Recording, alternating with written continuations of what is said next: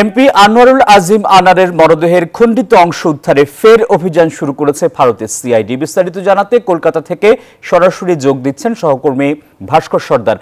ভাস্কর, আজ কি অভিযান শুরু হয়েছে? মরদেহের কোন অংশের খোঁজ পাওয়া গেছে কিনা? ধন্যবাদ আসিফ। আমি তোমাকে আগে বলি যে এই মুহূর্তে কিন্তু আমরা আছি একেবারে সঞ্জীবা গার্ডেন।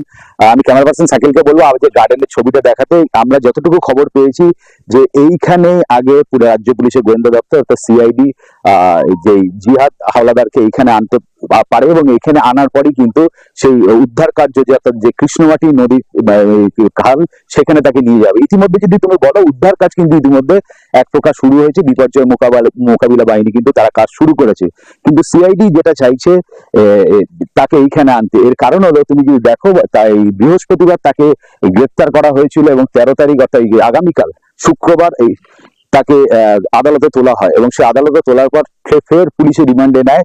এর মধ্যকালীন অবস্থায় 12 দিনের যে রিমান্ড পেয়েছে তার মধ্যেই কিন্তু সেখানে উদ্ধার কাজ গতকাল যেটা চালিয়েছিল সেখানে খুব একটা পায়নি। আজকে যে ওইদিকে যেমনি জাল পড়ছে সেমনি পাশাপাশি এই যে সঞ্জীবা গার্ডেন, এই সঞ্জীবা গার্ডেনে যেখানে নারকীয় হত্যাকাণ্ডটা চলেছে এখানে জিয়াদকে আনা হবে এবং জিয়াদকে এনে সেই 56 বিউ যে ফ্ল্যাটের মধ্যে ঘটনাটি ঘটেছে সেই ফ্ল্যাটে আনা হবে এবং ফ্ল্যাটে এনে পুরো পুঙ্খানুভাবে তাকে সে দেখাবে সে কিভাবে তাকে বালিশ চাপা দিয়ে হত্যা করেছিল এবং কিভাবে কোথায় চপিং করেছিল, কোথায় কি অংশ, পুরোটাই সেটা দেখানো হবে এবং সিআইডির তরফ থেকে সেটা পুরোটাই ভিডিও ক্যামেরায় রেকর্ড করা হবে বলে এখনো পর্যন্ত আমরা জানি।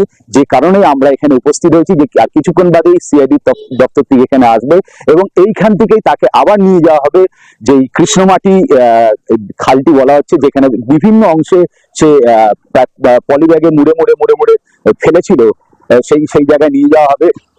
এবং এর সাথে যেটা জানতে পারছি আরেকটি তথ্য আমরা সিআইডির তরফ থেকে জানতে পারছি, যদিও এখনো সঠিক আমরা বলবো না, যে বাংলাদেশ থেকে 4 জন গোয়েন্দা টিম আজকে আসবে এবং জিয়াদ হাওলাদারকে তারাও জিজ্ঞাসাবাদ করবে, যেটা সিআইডি ভবন অর্থাৎ ভবানী ভবন, কলকাতার যেটা ভবানী ভবন সেখানে জিজ্ঞাসাবাদ করবেন। যেমনটা জানো যে কলকাতারও একটা গোয়েন্দা টিম গিয়েছিল, এরপরই কিন্তু উদ্ধার কার্য আরো জোরদার হয় এবং এর পাশাপাশি যেটুকু আমরা জানতে পারছি আজই সেই খালের মধ্যে জাল ফেলা হবে এবং তারপর আপডেট আমরা আস্তে আস্তে বুঝতে পারবো যে কি আসছে। তার জন্য আরেকটু সময় লাগবে। সর্বশেষ তথ্য আমার কাছে এটাই থাকছে।